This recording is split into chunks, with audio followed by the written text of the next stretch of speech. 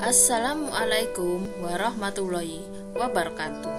Hari ini kita akan belajar materi pelaku kegiatan ekonomi, yaitu perilaku produsen.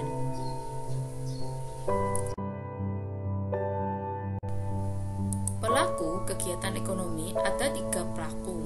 Yang pertama produsen, yang kedua konsumen, dan yang ketiga adalah distributor. Produsen. Contoh dari produsen adalah orang yang berjualan, pabrik-pabrik yang menghasilkan barang dan jasa, atau bisa juga orang-orang yang menghasilkan barang-barang pertanian.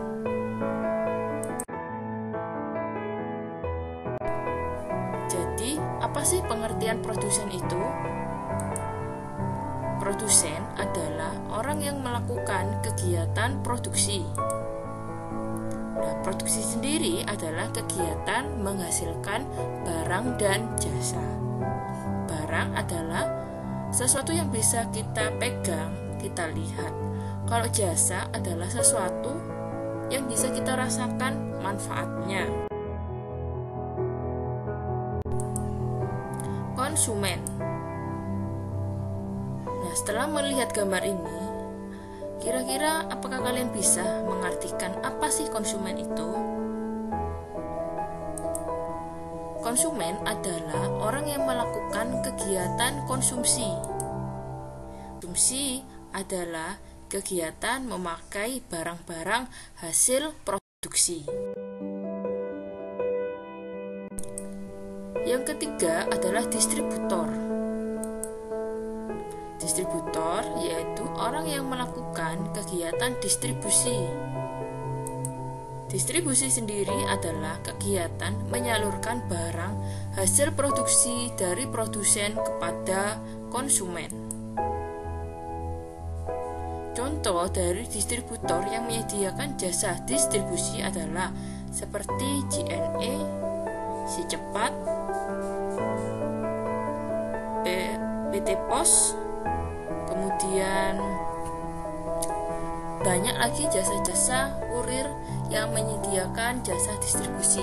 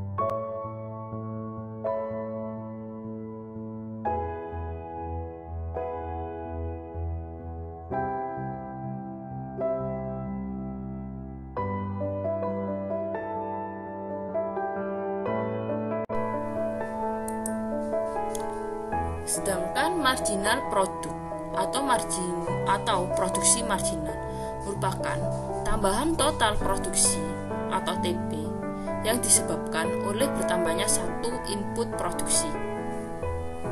Di sini marginal produk adalah produk yang bertambah karena adanya tambahan produksi.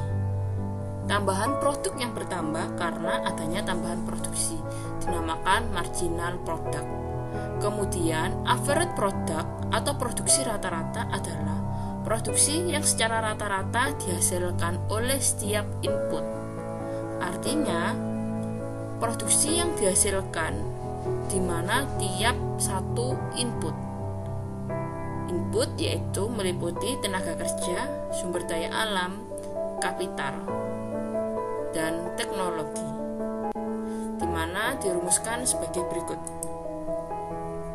Marginal product sama dengan delta TP per delta X. Delta TP adalah selisih besarnya total produksi dan X yaitu selisih besarnya input. Average product TP atau X.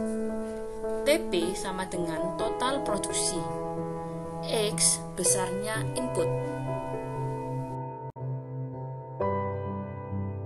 Hubungan jumlah tenaga kerja dan jumlah produksi.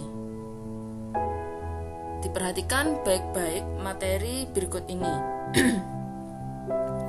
Tenaga kerja atau orang yang digunakan sebagai tenaga kerja pada tahap pertama menggunakan tenaga kerja 1, 2, dan 3, di mana pada saat menggunakan tenaga kerja 1 dia menghasilkan total produksi 150.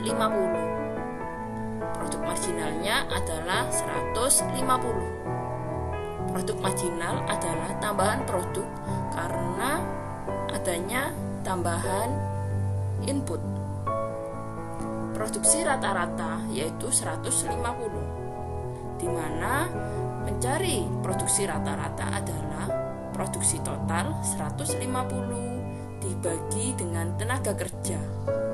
150 dibagi 1, 150. Kemudian ditambah lagi tenaga kerjanya menjadi 2 orang, sehingga produk marginal yang dihasilkan akan bertambah menjadi 250. Kita di sini berpikirnya loncat terlebih dahulu, yaitu loncat ke produksi marginal. Jadi, karena adanya tambahan tenaga kerja sebanyak 2, maka bisa menghasilkan tambahan produk sebanyak 250. Sehingga produksi totalnya adalah 400. Dari mana? Dari 150 ditambah 250 sama dengan 400. Produksi rata-rata per unit. Artinya tenaga kerja 2, tiap satu tenaga kerja akan menghasilkan berapa produk, yaitu dari produk total 400 dibagi dengan 2, sehingga produksi rata-ratanya adalah 200. Tiap satu tenaga kerja menghasilkan 200 produk. Kemudian tenaga kerjanya ditambah lagi menjadi 3 orang, sehingga dia bisa menghasilkan tambahan produk sebanyak 410. Jadi produk totalnya adalah 400 ditambah 410, sehingga produk totalnya adalah 810. Produksi rata-ratanya adalah 810 dibagi dengan 3 menjadi 270. Berarti tiap satu tenaga kerja menghasilkan produk 270. Di sini adalah tahap pertama. Tahap pertama yaitu adanya tambahan produksi marginal. Produksi marginal bertambah dari 150, 250, 410. Produksi total juga bertambah dari 150, 400, dan 810. Tetapi pada tahap kedua terjadi penurunan pada produksi marginal. Sehingga pada tahap kedua, apabila tenaga kerja ditambah 4, produk marginalnya akan berkurang menjadi 270. Sedangkan produk totalnya tetap. Produksi rata-rata yang awalnya tetap tetapi lama-kelamaan akan berkurang dengan adanya tambahan tenaga kerja 5, 6, 7, dan 8. Jadi pada tahap kedua, apabila tenaga kerja terus ditambah, maka produk marginalnya akan berkurang 270, 210, 150, 65, dan 15. Produksi rata-rata juga akan berkurang 270, 258, 240. Sedangkan produksi totalnya akan selalu bertambah. Itu adalah tahap kedua. Pada tahap pertama, produksi total, produksi marginal, dan produksi rata-rata mengalami kenaikan. Pada tahap kedua, produk marginal dan produksi rata-rata mengalami penurunan. Yang bertambah adalah produksi total karena adanya tambahan tenaga kerja. Pada tahap ketiga, jika tenaga kerja terus ditambah menjadi 9 dan 10, produk marginalnya dan produk rata-rata akan mengalami penurunan sehingga akan mengalami minus. Artinya, apabila tenaga kerja ditambah, maka dia akan menghasilkan tambahan produknya minus 80. Artinya, produk marginal tidak akan bertambah, malah akan berkurang. Sebagai akibatnya, produksi total juga akan berkurang. Jadi, pada tahap ketiga, produksi total, produksi marginal, produksi rata-rata akan berkurang dengan adanya tambahan tenaga kerja.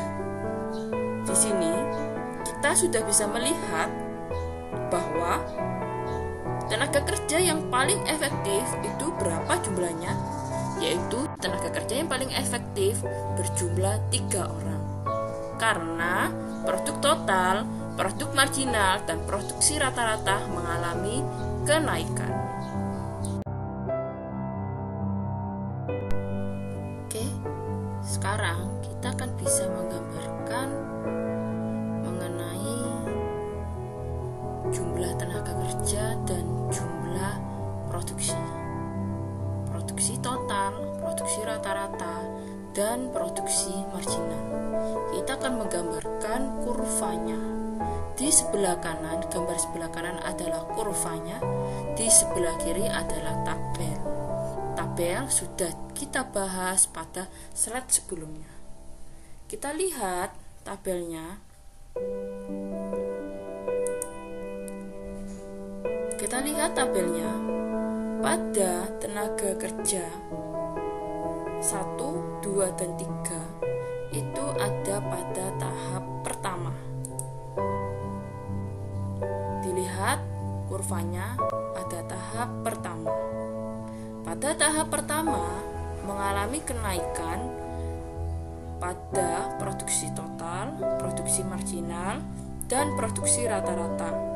Kenaikan itu karena adanya kenaikan tenaga kerja dari tenaga kerja 1, 2, dan 3. Pada tahap pertama kita lihat kurvanya, yaitu kurva TP. TP adalah total produk. Pada tahap pertama, TP mengalami kenaikan, di mana kenaikan TP pada tahap pertama yaitu sebanyak 410 produk pada saat penggunaan tenaga kerja 3. Pada tahap pertama kita lihat juga yaitu MP. MP adalah marginal produk. Kita lihat kurva MP, marginal produk. Pada tahap pertama, kurva marginal produk juga mengalami kenaikan, di mana puncak dari marginal produk yaitu pada saat penggunaan tenaga kerja sebanyak 3. Kemudian kita lihat kurvanya AP, Average Product.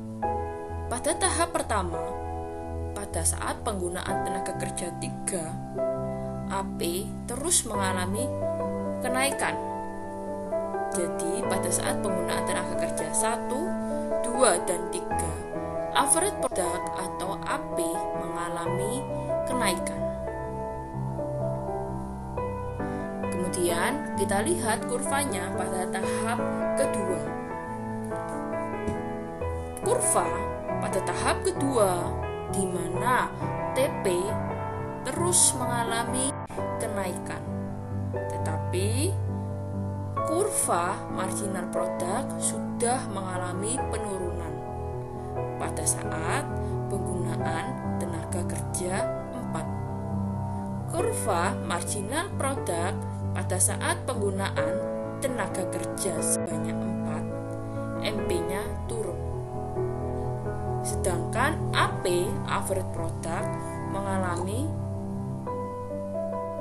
tetap, yaitu tidak naik dan tidak turun. Kemudian kita lihat pada tahap ketiga. Pada tahap ketiga, TP kurvanya sudah mengalami penurunan. AP dan MP juga mengalami penurunan. Jadi, pada tahap ketiga, total product, average product, dan marginal product itu mengalami penurunan.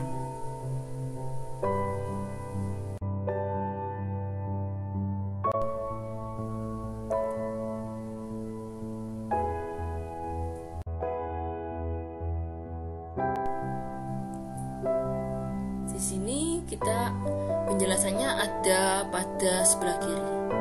Pada tahap pertama, produksi marginal selalu menjadi bertambah besar. Produksi marginal adalah 250. Pada waktu tenaga kerja bertambah dari 1 menjadi 2, produk marginalnya meningkat sebanyak 410. Apabila pekerja bertambah dari 2 menjadi 3. Pada tahap kedua, produksi marginal semakin menurun besarannya.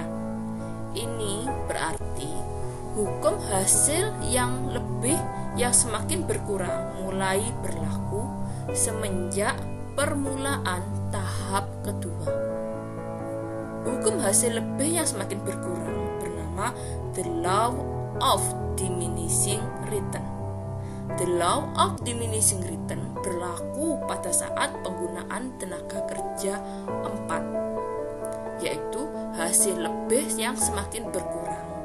Artinya produk total bertambah, sedangkan produksi marginalnya berkurang, sehingga dinamakan hukum hasil lebih yang semakin berkurang. Pada tahap ketiga, produksi marginal adalah negatif. Artinya, apabila perusahaan terus menambah tenaga kerja, maka perusahaan itu tidak akan bisa menambah produknya. Maka tambahan produknya akan menjadi negatif. Apa sih the law of diminishing return itu? The law of diminishing return adalah hukum hasil lebih yang semakin berkurang. Hukum hasil lebih yang semakin berkurang terjadi pada saat penggunaan tenaga kerja 4, yaitu pada tahap kedua. Dinamakan hukum hasil lebih yang semakin berkurang karena total produk yang dihasilkan semakin bertambah atau tetap bertambah, tetapi marginal produk atau tambahan produk yang dihasilkan dengan adanya tambahan tenaga kerja semakin berkurang. Lihat penjelasan kembali pada tulisan sebelah kiri. Pada tahap pertama, produksi marginal selalu menjadi bertambah besar. Produksi marginal adalah 250. Pada waktu tenaga kerja bertambah dari 1 menjadi 2 dan produksi marginal meningkat sebanyak 410 apabila pekerja bertambah dari 2 menjadi 3. Pada tahap kedua, produk marginalnya mengalami penurunan. Hal ini dinamakan hasil lebih yang semakin berkurang. Hukum hasil lebih yang semakin berkurang, di mana produk marginalnya berkurang, sedangkan total produknya bertambah. Pada saat penggunaan tenaga kerja 4. Pada saat penggunaan tenaga kerja 4, hukum hasil lebih yang semakin berkurang akan mulai berlaku atau sudah mulai berlaku. Pada tahap ketiga, produksi marginalnya adalah negatif, yaitu apabila tenaga kerja terus ditambah, maka perusahaan tidak akan bisa menghasilkan produk lagi, tidak bisa menghasilkan tambahan produk lagi. Malahan produk yang dihasilkan akan semakin berkurang. Oke, cukup sekian materi pelaku kegiatan ekonomi perilaku produsen. Materi akan berlanjut pada perilaku kegiatan ekonomi perilaku konsumen. Thank you. Selamat belajar.